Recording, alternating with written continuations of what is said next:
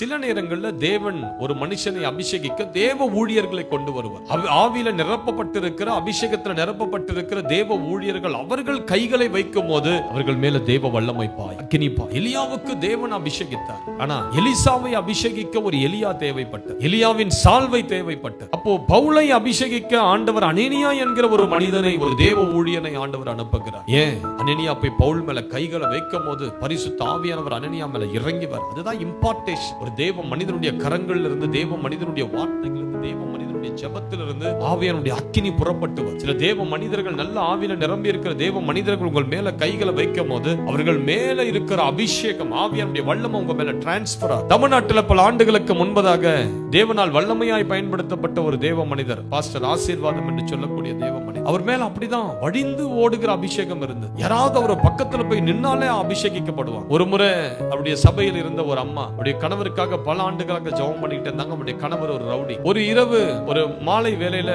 அந்த அம்மாவும் அவருடைய கணவரும் அந்த பாஸ்டருடைய வீட்டை கதவை வந்து தட்டுறாங்க. பாஸ்டர் கதவை திறக்கிறார். என்னம்மா அப்படின்னு கேட்கிறார். ஐயா, என் கணவரை வெட்டிட்டாங்க ஐயா. எங்கம்மா வெட்டினாங்க? காலில் வெட்டிட்டாங்க ஐயா. சுத்திக்கிட்டு இருக்காங்க. என் கணவர் வெளியே மாட்டானா இன்னைக்கு என் கணவரை க்ளோஸ் பண்ணிடுவாங்க ஐயா. அதனால அவர் இங்க நான் கூட்டிக்கிட்டு வந்துட்டேன். தயவு செஞ்சு எங்க கணவர் இங்க தங்கும்படி அலோவ் பண்ண. அப்படியா? காலை பார்த்தா பயங்கரம் வெட்டு. ஹாஸ்பிட்டல் போக முடியாதுன்னா வெளியே தேடிட்டு இருக்காங்க. எங்க மாட்டினாலும் வெட்டிடுவாங்க. அதனால அவரு காலை நல்லா டைட்டா கட்டி வச்சிருந்தாங்க.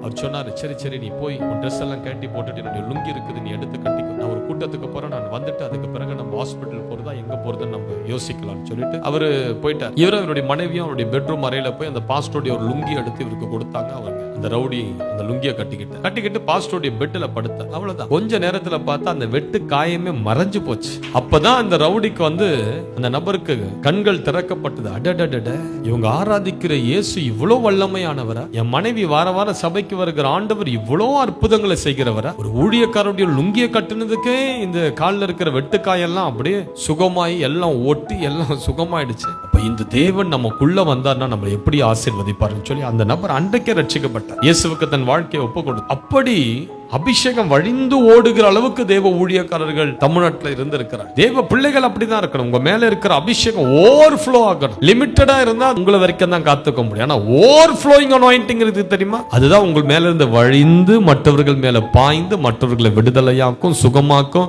மற்றவர்களை ரட்சிப்புக்குள்ள கொண்டு வரும். அப்போ ஓவர்ஃப்ளோயிங் அனாயிண்டிங் வேணும்னா, வழிந்து ஓடுகிற அளவுக்கு உங்களுக்கு அபிஷேகம் வேணும்னா நீங்க என்ன பண்ணணும்? தேவ சமூகத்துல இருக்கும், தேவனுடைய சிறகுகளுக்குள்ள இருக்கும். ஆண்டவரை நோக்கி ஒவ்வொரு நாளும் ஜெபம் பண்ணி மன்றாடி காத்துக்கிட்டே இருக்கணும். என் மேல ஒவ்வொரு நாளும் அக்கினியை ஊற்றுங்க, புதிய அபிஷேகத்தை என் மேல ஊற்றுங்கப்பா.